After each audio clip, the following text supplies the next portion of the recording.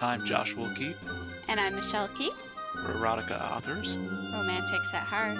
lovers of sci-fi and fantasy, We write twisted romances. and epic adventures. This is our second podcast, and we'll be talking about writing research for our erotica, our community website Darknest, and responding to fan questions. That's right. One of our our newest novel release that just came out is False Shades, 1920s erotic thriller. Uh, this was something that kind of came up as a result of our tabletop RPG experiences. And for those of you aware, and if you like us, there's a high probability you also like some of our monster stuff and are more familiar with like Lovecraft and Call of Cthulhu. There's a tabletop experience about that set in like the 1920s. The Call of Cthulhu RPG, if anybody's interested, it's really fun. Yeah, but it's set in the 1920s, and people who tend to play it tend to be very into the historical authenticity, even though it has to do with like space creatures and whatnot. But kind of haunting humanity in this period. But we really liked the whole. We got into that whole setting of getting into the characters' mindsets, and we wanted to write something more like that authentic. But we took out the sort of sci-fi aspects of the monsters and whatnot. Yeah, it was mostly investigative and character driven. Right. So False Shades was about this Ava, this young college woman studying psychology in the 1920s, who gets wrapped up in some Sordid mystery. sordid mystery. Yes. There's a lot of eroticism in it, of course. It's an erotic thriller, but one of the interesting things about it for us was just having to get into the historical research for the background of it. I mean, I became a full-time writer with our erotica, and that I was a historian, so I kind of I'm a bit of a stickler about trying to do it right, and though don't take that to mean that everything's perfect. I'm sure someone will find some problem with what we did, but You don't realize how many little things that you have to think of before writing something based in the past. Little things like if there were phone booths. Uh, there actually were some phone booths in the 20s. They were just becoming pretty popular. But if we had written it, even a decade earlier, it would have been inaccurate. well, at one point the character Ava went to make a phone call at the house she was staying at, and it was just like where we had set the novel. If it had just been a few years earlier, like I think even like 4 years earlier before that, then the probability of anybody having like a phone in their home would have been really low. And It's but so easy just to overlook the things that we take for granted today and kind of assume that they've been there, for a long time. Yeah, like another thing I remember Michelle wrote something about one of the characters did up a zipper on something. I'm like, zipper? Would they have had zippers then? And that was something we had to go look up immediately. Like, do they have zippers? And like, just a tiny little detail like that. And it was like, we even looked up other things. Was like, of course, being an erotic thriller, we're like, well, and we try to go for a bit of, like we said, not just authenticity, but realism in our erotica. Even in our kind of outlandish fantasy stuff, we tend to be a bit more realistic than I think a lot of people do who write, a lot of erotica writers. But so we ended up looking in detail about contraceptives and just what was going on at the time, and got really it was very interesting because it was at this period was the whole flapper movement about women trying to claim their sexuality and uh, the different means that were going on, and we found out that one of like little interesting tidbits that come up like apparently for like leading up to this period, like the most popular thing doctors used to suggest to women for contraceptive was the rhythm method, except in the US where this novel takes place, uh, you know for decades they have been telling women the wrong thing. They've been telling them that the rhythm method, but they said on the point in your cycle you should be having sex safely was The completely. worst possible It was the timing. worst possible time. It was some research error that led to this, but then they just kept saying it and it kept going. But where she was and being part of like Ava being like an academic and So she was from the upper classes. yeah and so being an academic at the time in the upper classes, of course, in the 1920s, so we found out that like the probability was very high that she would have used like a diaphragm that was very popular in like the kind of New England scene with like so like the high class society. It was like a European thing that was imported that was very popular with women of that particular place and class. I think the most interesting thing for me, I'm not a historian and I'm not an academic either. So I think the most interesting thing for me was to realize that there was actually, like, when you think of psycho, like psychotherapy and psychosexuality from the 1920s, most people think of Freud and Jung. Is that how, You did the research on it. is that how you say it, though? Yes, yeah. Yeah. So, but what I found really interesting was that there were a lot of women, particularly German women, who were contesting what Freud's theories were, especially about, um, of course, the Oedipus complex. And there was Explain that. discussion about the Electra complex, which is women being, sexually attracted to their fathers, as opposed to the Oedipus, which is boys being sexually attracted to their mothers. So there was actually a lot of academic discourse between men and women in that time, because it's always one of those things, writing female characters in the past, a lot of people feel that it's disingenuous to have women who are um, not homemakers and who aren't raising children and what have you. But all through history, there's always been women who have taken a very active role in public life. And so it's really exciting to be able to read about them and find out more in places that you never really expected to find them. Yeah. I mean, it's so much. If you pick up a typical textbook and something, it's never mentioned, but there were so many influential women and especially in like well, I don't know about it especially, but at this period in time, like coming out of the 19th in the 19th at the late 19th century and then into the early 20th century, women were entering academia, especially in like a big way, and having a great deal of influence on the different studies. And this all comes out a bit through Ava's character. She's studying psychology, and she's surrounded by these male professors who are all trying to, Get you know, in her skirt. yeah, get in her skirt and convince this bright young woman to kind of join their sort of way of thinking in the school of psychology. So it was fun to be able to write a sexually liberated character who's very bright and capable, and is very in charge of her sexuality, and she doesn't so much use it. Um, it sometimes appears that she does, but she's just very curious and very sexual. And I mean, that's not really much different from most college age people, no matter what time period they're from. It's always been kind of a period of sexual exploration, and she just embraces that. Yeah.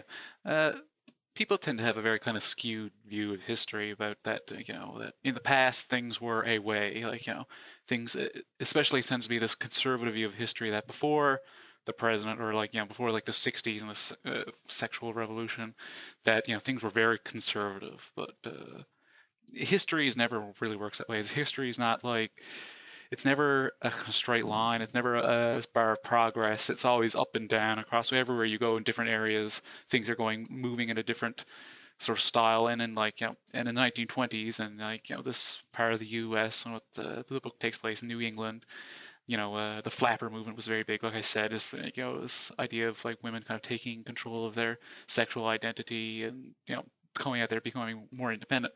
Like this predates World War II, even, which is another point that people like to tend to cling to, that to say like, oh, that was a big point in changing things for women, and it was. But there's when you look at something like that, like in women's liberation, that it wasn't one big turning point. I don't think people like to frame history in that sort of way, but as a historian, when you look at it, like everything, there's so much happening over time that Even the puritanical Christians all were having children, 7 or 6 months after they got married. So yeah, it's never been an ideal world where everything was perfect and nobody was exploring their sexuality before, society thought they should. yeah, that was one thing I loved. I told Michelle about this when I was doing some work like years and years ago.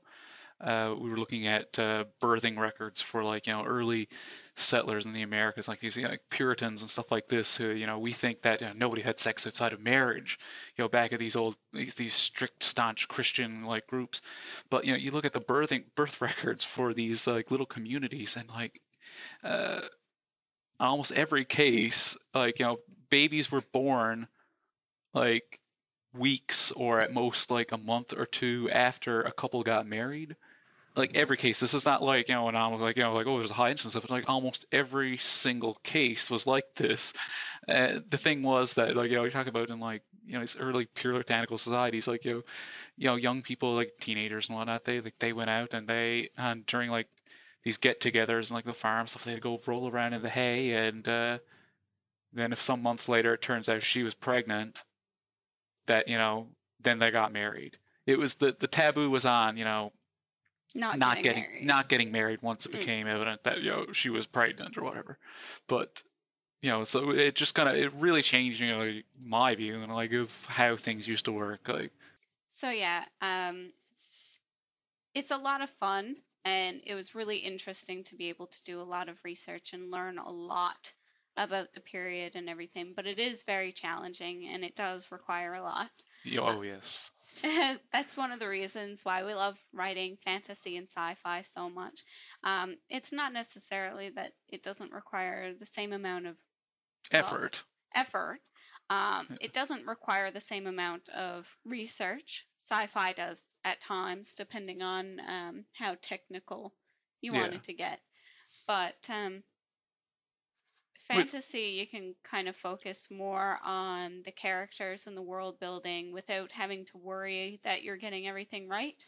Yeah, well, with fantasy, I mean, there's a lot of world building involved, and I mean, with our stuff, I mean, I know if you've been readers of our short works, our short stories, you probably don't see it so much, but like in all those worlds that we create, like there is a very fleshed out, detailed world in the background, most of which probably doesn't come out in that story. If it's if it's a series of stories or one of our novels, if you'll see more of it. But when I end up like I handle a lot of world building stuff, and I handle like there's so much written notes I jot down about like little minor details about like the culture and language and background of these people, history of like these people had gone to war with these people or something like that. There was a revolt, and put so much effort into that. But when I'm doing that, the only thing I really need to worry about is the consistency within the world. Like if I say something, does that contradict something else I've said? When we're sending something into either a contemporary setting or like a historical setting, you've got to be so concerned not only about your consistency, like your internal consistency as a story. Does this make sense? Like with that, but you know, does this actually make sense in a historical context? As well as readers' expectations. Right. As I said, that was kind of one of the sticking points for False Shades, is that even though it is historically accurate, there are going to be readers that have a different interpretation of what history is going to be like in 1920s. Yes. Yeah. And for right or for wrong, you're going to have to deal with reader expectations. And that's going to be something in fantasy and sci fi as well. People are going to expect certain things Yeah. based around what they know of the genres. Yeah. I mean, I remember in regards to the historical context. I mean, like firstly, uh, there's no with history, it's not a science in the same way that math, like physics can be. You're not necessarily going to have a proof that proves without a shadow of a doubt that what you're saying is correct. There's so much going on, and we have such an imperfect view of what was happening back then. People are going to have different interpretations. But especially when you're writing for an audience that doesn't necessarily have the historical background into that period. Like I remember one person in our RPG group when we were doing the Call of Cthulhu thing. He said he remarked, because some of the people in the group were in this 1920 setting, or the 1930s at that point, were trying to steal something. And he said that was very uncharacteristic of the time, because people were very law-abiding in the 30s and didn't steal much. But for someone who studies the 30s, the dirty 30s, Yeah. when the Great Depression was going, and poverty was such a huge deal, and even if you don't know history, if you're someone who studies crime or criminology or anything like that, you know that with poverty always comes crime. And then through the 30s, I mean, like the number of prisons that were made were increased like hundreds of percent. There was so much more of a police force around. There was definitely a lot of stealing going on in the 30s, but our perception of our group mate was that no, in the past things were very much more law-abiding. Yeah. But if you actually look at like graphs of like crime, especially violent crime, like overall there's been fluctuations, but today, our present day, is much less violent than it was back in the 20s. And Which, yeah, everybody always talks every time there's a news story. They always say that everything's going downhill and that they remember when they could go around with their doors unlocked and, that things were so much safer. But it was just that when we were young, we didn't have to deal with, you know, yeah, all that's these another thing news too. stories. We didn't hear about all the crime because it didn't affect us. We were kids. Like, what did we care? Right. So we have this perception, but it's only because we were sheltered from, such things. Yeah, that's another thing too. On a personal level, right? Exactly. So, I mean, it's kind of interesting to work to balance all of these different expectations of accuracy and truthfulness and to create a compelling voice. You want to make sure that, people can kind of empathize. Uh, it's actually kind of funny for the reviews that we've been getting for the Warlord's Concubine. We've actually been getting a lot of really positive reviews. And what surprised, I think, both of us most of all is the positive reviews we got from people who didn't necessarily like the characters or the book didn't suit their expectations for what they thought it was going to be. And Yeah, they thought the bad characters were bad people or had made bad choices. yeah, Not bad in a moral way, not in a.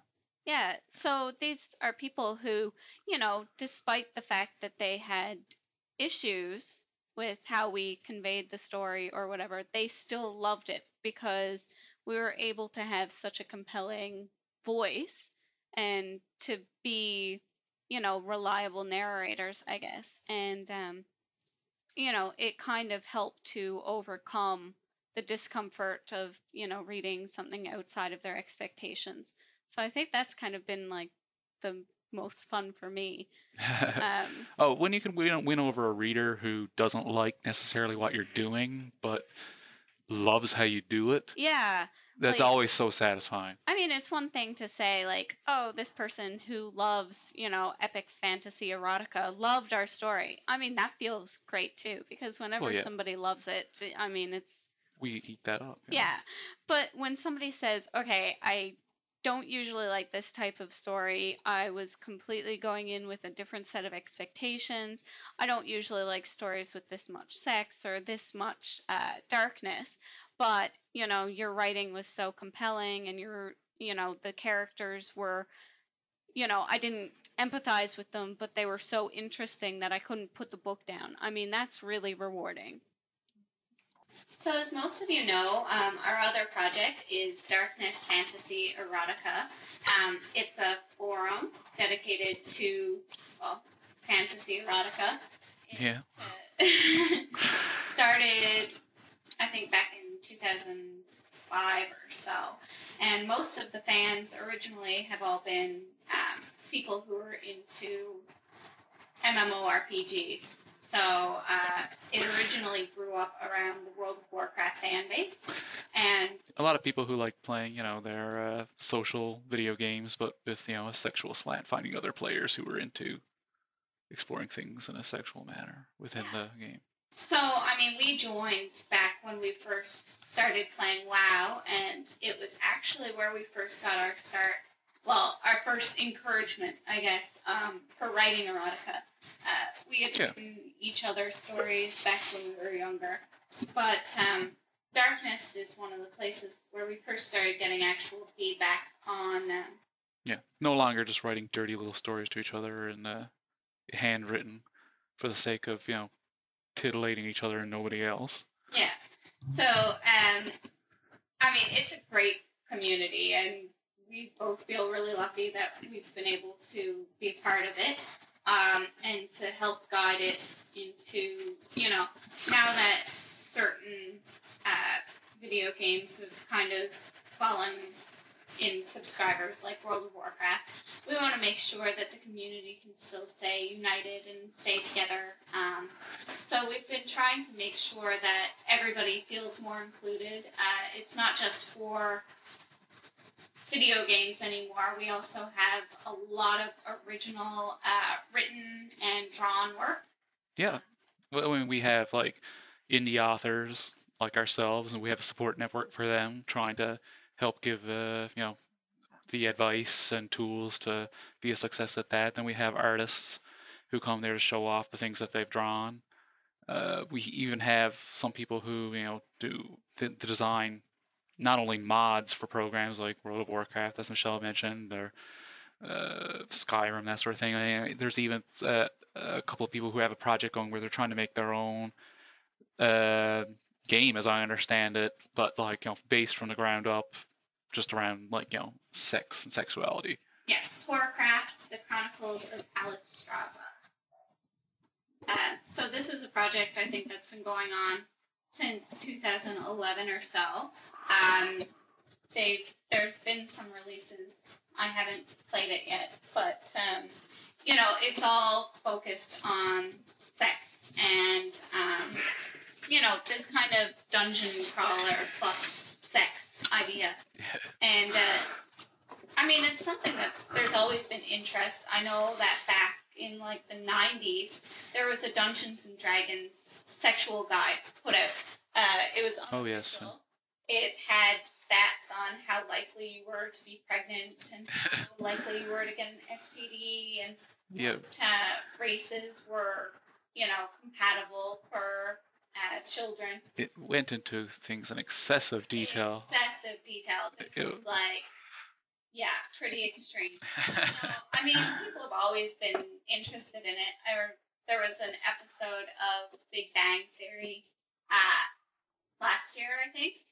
And, they had Sheldon and Amy playing Dungeons and Dragons in erotic format, which was really, actually, fun for me to watch. I know that there's always discussions on people hosting adult D&D groups, so I know there's definitely an interest. And we hope so, at least. Well, considering we like the newest thing we just put out is a little novel, Savage Brutal Passions, about a sort of like Amazon warrior who encounters a dragonborn man.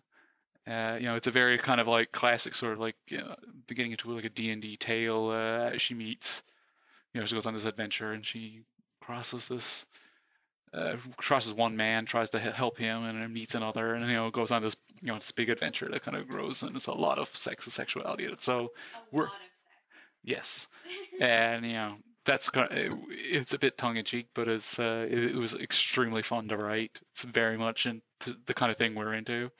It's very much an action adventure erotica. So I mean, it's awesome for us to be able to write something like that, but for there to be such intrepid and talented people who are actually doing video games about it is just so exciting to me, because I know that for so long these types of games have really been stifled. Um, I mean, everybody's played Leisure Suit Larry, but ever since I never have actually. Scott, Josh is kind of different, but ever since graphics got good enough that you could actually see anything, like the most sexually explicit thing you're going to see is just, objectified women jumping and playing volleyball with their tits bouncing everywhere. There's so many games that show sex or sexuality in like an actual, I don't know, a less than exploitative manner, I guess. You know like something that's just part of your life and something that you do and something that's fun and that it just, I mean, it's a big deal, but it's not a big deal either. Like it's just something that everybody, like most everybody does. So they can't sell it commercially, obviously, because they're using World of Warcraft. It's a fan project. Yeah, it's a fan project. So they're using like some bases from World of Warcraft and the same image models, and people have been really enjoying it. As well, there's also I'm not sure if you guys have heard of it, but it's kind of like Kickstarter for adult projects called Offbeater, OFFBEATR.com. They've actually been starting up a lot of really interesting sexual video games as well. So if anybody's more interested in the visual side of things, I mean, we like both. We love stories and we love. Oh, with our bigger projects, I mean, one of the things we love doing, and even though it doesn't really make a big difference in the amount of money we make on our books, like if we use stock photos that we get for like really cheap, and compared to when we release a big novel or something like this, we often like to go out and hire an artist that we really respect and admire to do a cover for us. And we love being able to do that. It never really translates into extra sales.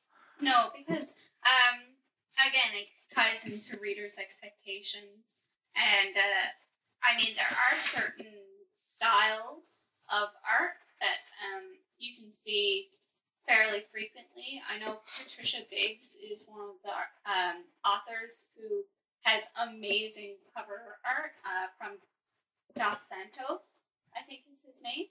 He's an amazing artist, and I'm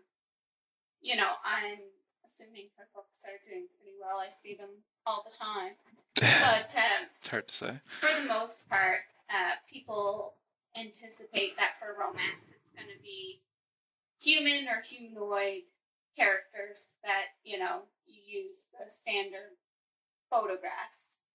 Yeah, the more we try to deviate from that, the less success we tend to have. So it's unfortunate because I mean I prefer art covers. I do like some of the photograph covers, but they don't catch me as much as art does. Yeah.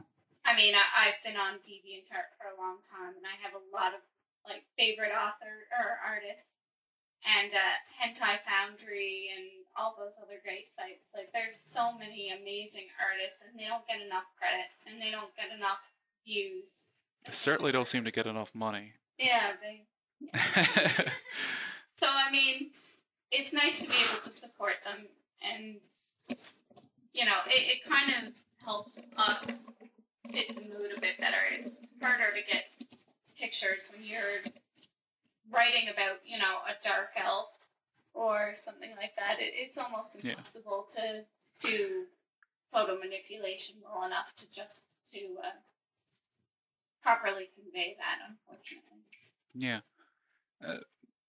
That actually kind of ties into one of our questions that we were going to answer today about covers, and about how why a lot of the time the covers don't seem to match what's in the book. And I mean, this has always been an issue for the big publishing houses too. Before ebooks and indie authors took off, just in recent years, why doesn't it always match up? Well, sometimes it's because the artist had a different interpretation of what the writer wrote than what most readers do. But a lot of times because most publishers and most indie authors have to use stock photos, and if your character is any bit out of the norm, it can be very tough finding a stock photo artist who can give you what you're looking for. I remember a few years ago, before we started publishing, I was reading this one discussion. Well, actually, I mean, it was a few discussions about folks that have plus-size female characters as their main characters, but the covers show thin women. Okay, as somebody who has actually written a couple of books with women who are bigger than normal, I will say the reason why isn't because we don't want to have bigger women on the cover. It is because there are almost no stock photos of a bigger woman who is not looking comedic or unattractive. Of course, most of these stock photos are taken for news sites, and, it doesn't show overweight people in a very attractive way. So if a woman is in attractive clothing, like say in lingerie, usually she's in funny poses, she's making funny faces, and it's seen as humorous. And that does not suit the tone of most of these, like what's usually called this BBW, Big Beautiful Woman, erotica and erotic romances, which are huge right now. And it is so hard to get proper photos. A big issue for us in particular, more than that even, is just people of color finding, stock images of, people who aren't white for a cover image. Like there's almost no variety. For what we do, it's hard enough finding anything because where we write fantasy and sci-fi, and historical, usually there's a tone that we're trying to search.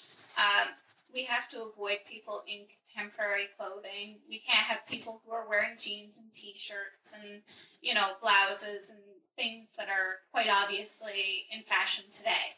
So that strips out a lot of stock photos that we can choose from. So then if you look into people who are a different size than usual or a different color than usual, it gets incredibly difficult to find. Chips are very difficult to find photographers for. So it's very hard to try to get those two to match both the tone and what the characters look like. I mean, it's hard enough to try to find a good photograph with a person of a certain color hair with someone with a certain color hair. Yeah. It's quite tough. Yeah. If people want more variety for book covers, it has to start further up, unfortunately. Yeah. There's some stock photo artists that are trying to do different things, but I hope that's more successful. A lot more comes of that. Yeah, I'll actually share some of the stock photo sites that I use in the comments here, so then you can kind of search them down, because there are some that are really trying to do more people who are, in lesbian, bi, gay, trans, circles, people who are bigger, people who are different colors, different races, different ethnicities, different everything. They're just trying to bring more diversity to stock photos. So yeah. I think they deserve some, love. Yeah. One of the things that's always been big on my list of desires for when we make it, when you're working in your mind, of course, then at success or anything, I think you always have these little fantasies of someday you'll make it big and you'll be a millionaire doing what you love, and then you'll have the freedom to do what you want. And like in my fantasy, yes, in mine, it's like one of the things I'd love to do for our writing is then to be able to hire some professional people, regularly to do like cover art or to do photos to very particular requirements for a story. I'd love to be able to do that. We've always kind of been the type of people who we want to help other people. We want to, our big dream is to be able to donate more to charity, to be able to help people who are down on their luck. So, every book you buy for us helps other people too. Oh, that's nice. That's really cunning. We will be the job creators. We will be the best authors ever. Oh, I just want to strangle you. Okay, we got a bit off topic from darkness there, but and like with our first podcast went up, there was some discussion in the comments there. So if there's anything you want to say, we'll be putting this up all over the place. But that's a great place to go if you want to look up more. Please join us there because it's where we feel most comfortable, and it's where we're most ourselves. So if you really want to get to know us, that's where to go. Yeah, it's a great place, and we always respond to all the comments whenever we see them, and we check pretty frequently. And as well, and darkness, if you're interested in taking part in the community at all, one thing, we're looking for some volunteers at the time being to help us on our projects. For community projects, not our own personal projects, to help like with the weekly roundup, which is just like a little thing we do where all the new like writing and art and programming projects that go up on darkness, someone will compose those on a weekly basis and a little list just to show everyone what's new and what's happening. It's our way to try to show our appreciation for the people who are putting in a lot of time and effort to provide new and interesting content for the community. So we definitely want people who, are going to give back and who will be able to help us out once in a while to make sure the community is flourishing. Yeah. And like there's all sorts of other things too that have room for people. I mean, just if you take part in the community and be a helpful, positive person who's encouraging, and you read people's stories or if you look at their art, you give them suggestions and helpful. Lots of ways that you can help just by being your wonderful self. Yeah, and like we certain people that are like just have a great track record of being that sort of person. We become mentors, a little title, just. A little reward for being wonderful. Just not so much a reward, just a sign that to people and like to new people who come that if this is someone, if you do have questions or concerns, you can go to them. If you don't want to go to one of the moderators or the admins, Michelle and I. So yeah, moving on.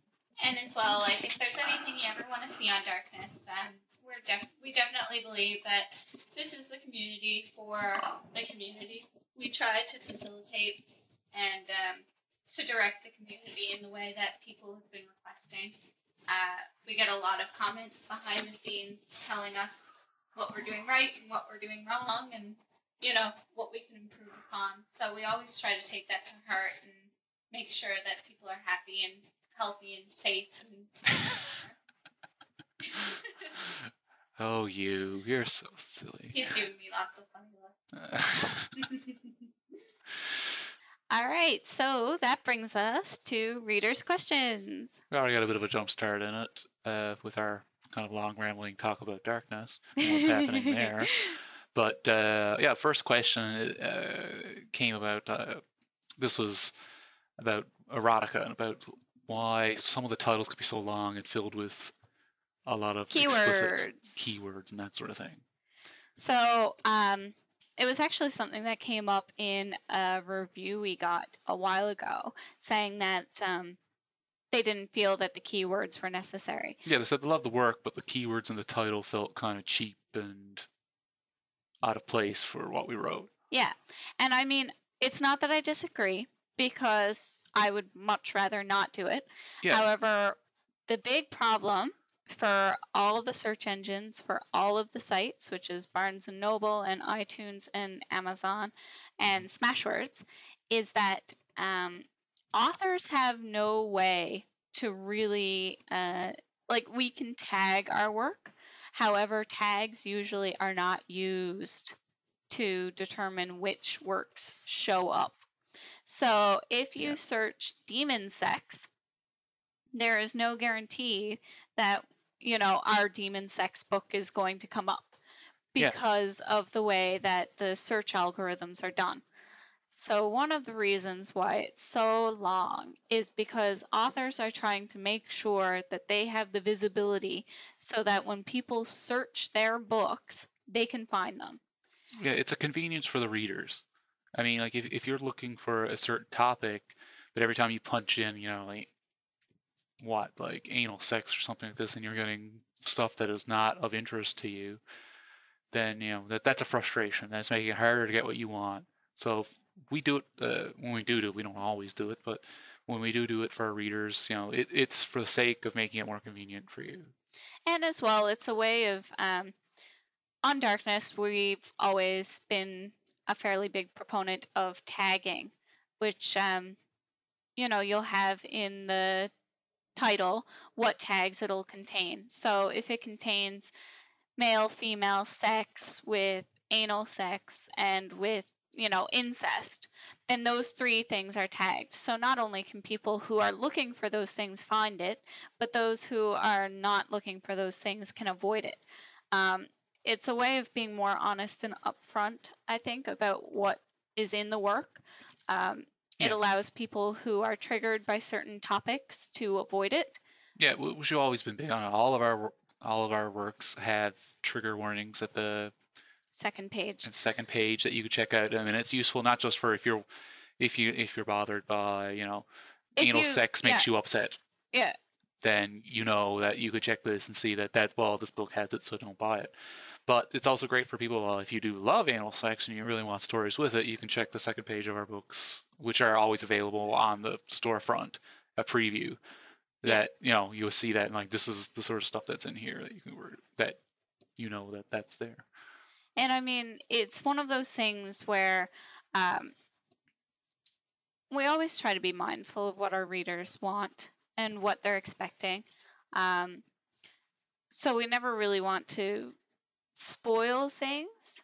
Yeah, So we do try to keep spoilers out of the main body of the text as much as possible, but we yeah, always try. are very honest and upfront in the trigger warning section. So, Yeah, like one of our most recent works, our kind of monster stuff has been pretty popular lately. A lot of readers have been digging the monster sex things, and with one of the stories that we just put out was it was like a Sleeping Beauty sort of play. it was kind of like a mashup between Sleeping Beauty and Beauty and the Beast. Yeah, and Prince Charming is a beast. what was the name again? Name?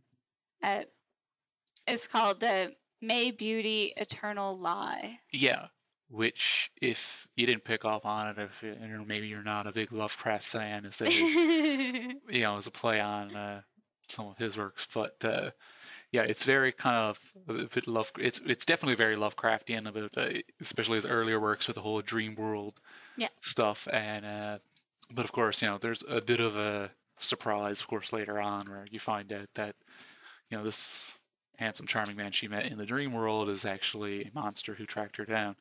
Now, that of course would be a bit of a spoiler, but it's not like we could be fair to our customers by putting up a book that looks like it's about someone. Yeah, you can't really say this is about Prince Charming and his beautiful bride, and they live happily ever after. When all of a sudden he turns out to be, Yeah, a that would be, horrific monster. yeah, that would just be a terrible thing to do to people to market them Sleeping Beauty, but then you get Beauty and the Monster. It was the same with Led into Temptation. That was kind of a challenge for us to market because, of course, this big twist is that suddenly there are tentacles and they are everywhere and they are taking that little Catholic girl and they don't care.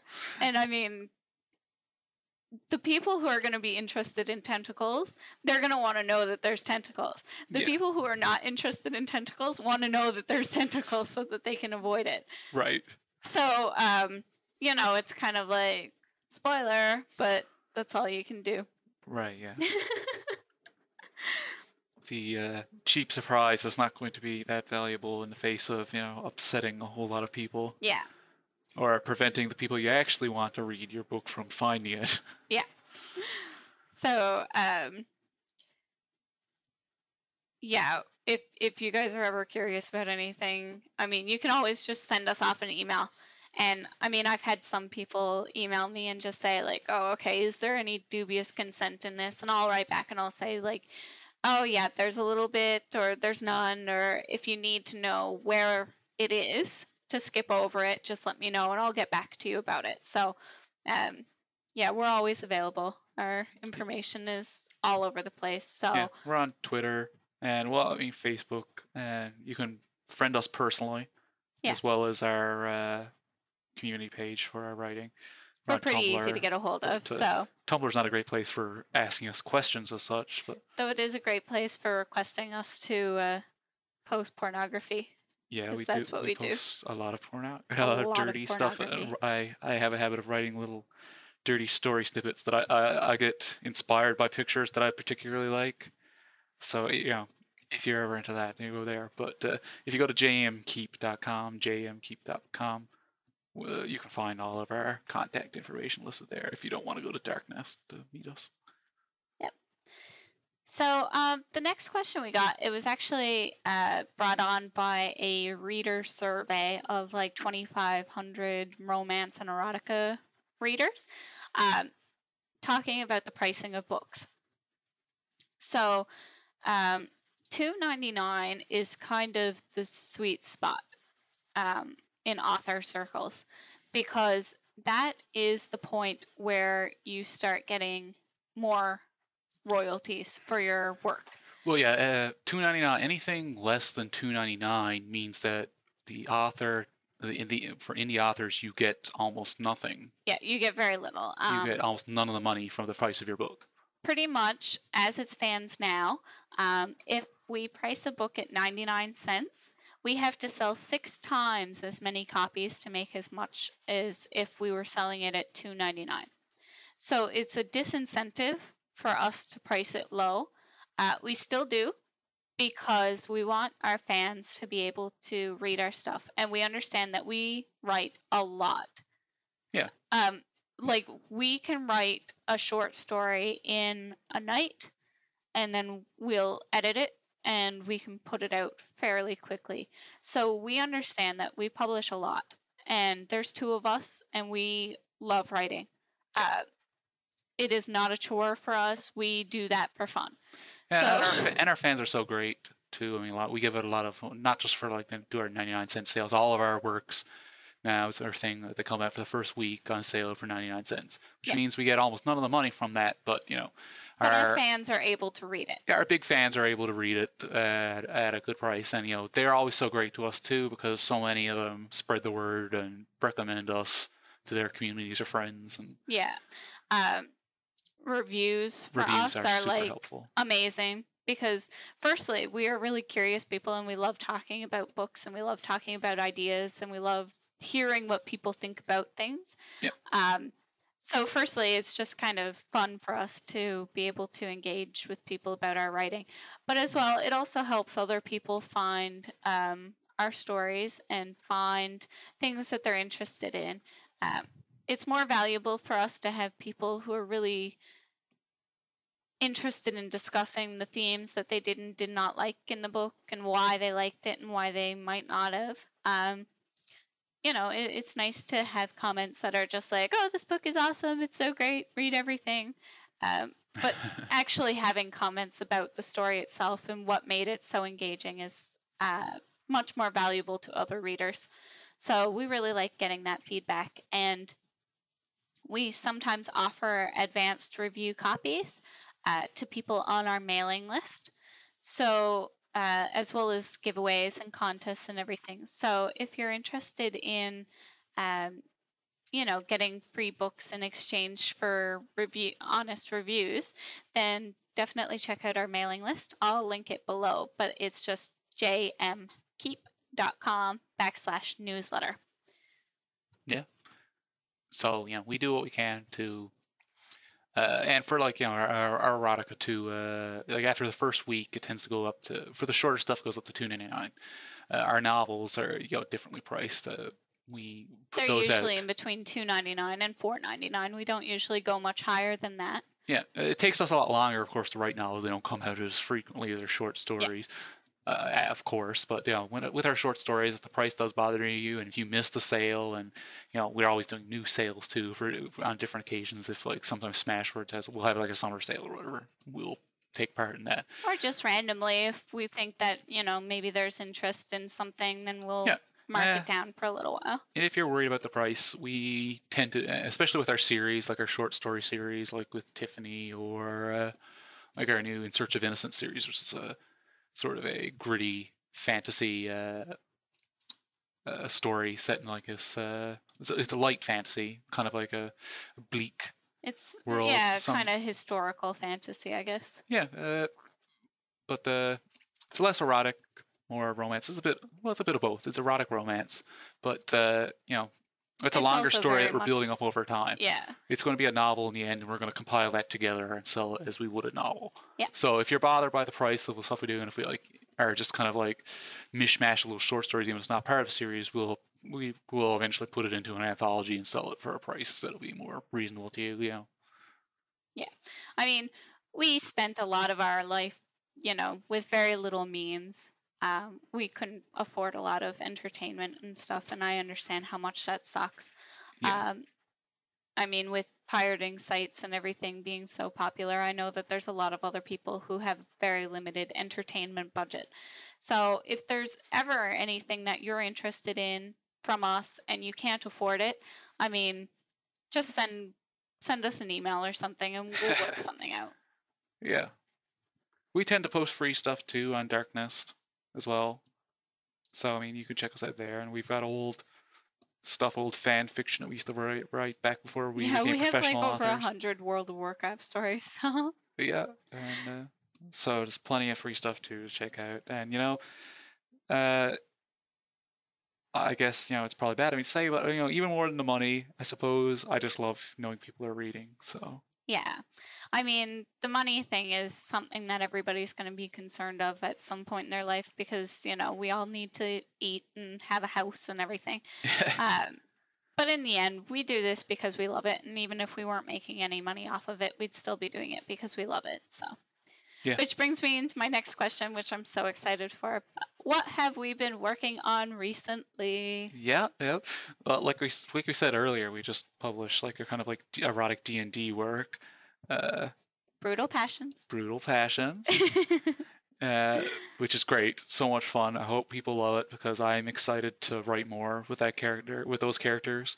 But Yeah, the dragon character is actually the same dragonkin from Dragon's Lair yeah, one of the for Anjasa the tales. Anjasa Between Dungeons shorts, which Yeah, were another D&D inspired campaign thing. yeah. And in future installments, you'll learn kind of what happened in between his run-in with Anjasa and his new adventure with Ruki. Who is awesome. She's a kick-ass Amazonian brutal woman who doesn't take any shit and she's totally in control and you know For she's now. for Josh has other plans, but for now she's super powerful and in control, so it's a lot of fun. Yeah, and in the immediate process of working on them is a couple things. We have very close to coming out is it's just awaiting some editing and some final little uh, bits we need to tweak. A sort of a Magic Academy romance, erotic romance, starring perhaps Michelle's favorite character. I don't know, one of her favorite characters to be sure, the innocent young schoolgirl Kanika. For anybody who's read our stuff, I have a thing for schoolgirls and schoolgirls being corrupted and used and abused, and it kind of contradicts some of my actual beliefs, but oh, it's such a sweet guilty pleasure. That's pretty much all written up, and that's just waiting for us to finish editing it. It's a huge work. It's like 120,000 words or something. Yeah. It's It was so much fun, and yeah. I was so emotionally invested in it. I like drove Josh crazy because I would come home from work and I would sit down at my computer and I would look at him and go, "Why aren't you writing it?" Like it was just, oh, I was so into it. It was so sexy and She cried a lot. I cried a lot because it was so awesome. Like the characters and the plot and everything. It just, I don't know. It's been very difficult to recapture that, and we've written a lot. Yeah. But that'll be coming out soon. And in the meantime, while we're working on editing that, we're also working on another new novel, which is a similar theme, another kind of Magic Academy. It's kind of a new adult fantasy romance. Yeah, same with the Kanika story, like Yeah. similar, but this one's not erotica. This one's romance Yeah. almost. Which has been really fun because, I mean, we write a lot of erotica, and as much as we love it, and we do love it, it's been really fun to kind of stretch our abilities. Right now, we're at like 50,000 words, which is over novel length for, according to a lot of standards. The Romance Writers Association, I think, and the Sci-Fi Fantasy conventions, I think, both say that 40,000 plus is a novel. So we're at 50,000 words so far, and we still have a lot to go. So Yeah, that's only about halfway through, I imagine. But I'm very excited for it. And I mean, just because I say it's a romance, but there is going to be sex and sexuality too. yeah, it's just there's a lot more build-up, which is Yes. also very fun because it makes the sex so much sweeter when we get there. And in direct contrast to that, just to keep our sanity, we are writing a pretty hardcore urban fantasy erotica series. Yeah, series of serials. Yeah, so it's based around undercover police officer who is working in a strip club to try to figure out Where these strange new drugs are coming from. Yeah, so she starts getting on these strange new drugs and, realizes monsters are real. Yeah. Even though she thinks that they're just a hallucination or At body first, transmogrification or something. yeah. So it's very kind of messed up. It's urban fantasy, but it's fun, and we're really enjoying that. Yeah, so that probably won't be too long to be coming out, and Yeah. probably in the next month or two. Sure, like our serial stuff is so much easier for us to get out.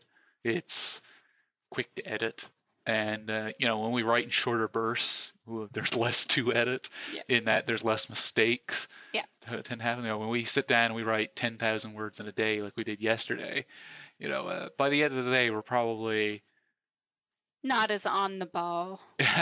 So when it comes to editing, it takes more time to spruce it up. So with that being said, we have to get back to writing. We have a lot to do today. It's Sunday, so yeah. It's our writing day. Every day is our writing day. But this is a special writing day. So thank you all for joining us again on this podcast. We've really enjoyed hearing the feedback from the last one. We're hoping that we'll continue to get some really interesting questions and comments and keep making this better for everybody. Yeah. Again, we want to put a little plug for our community, Dark Nest Fantasy Erotica.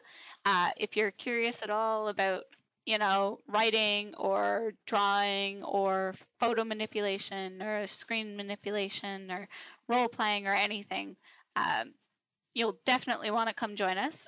If you like playing video games at all, we have a great community of adults that love shooting the shit about that. Yeah, and if you're just interested in getting to know us personally, then you can become our friends on Facebook. Joshua and Michelle Keep. Yeah, either both of us. Or if you only like one of us and the other, you could take or leave. You could just do the one. That's okay. We won't be. Yeah, offended. we don't take offense, so that's fine. So that's all on our website as well, jmkeep.com. I have Pinterest as well, if anybody likes that. I like posting a lot of art that I find and a lot of character inspiration and everything. and wasting far more time than I need to looking through pictures. Yeah, that's true. So yeah, definitely check us out. To keep up to date on everything that we're doing, join our mailing list. Seriously, we don't spam you. We'll let you know when we're having sales or contests or giveaways or, you know, anything that we think that will benefit our readers because you guys are the most important to us.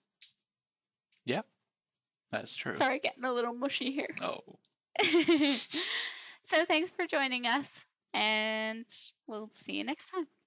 no, we won't, because this is completely audio.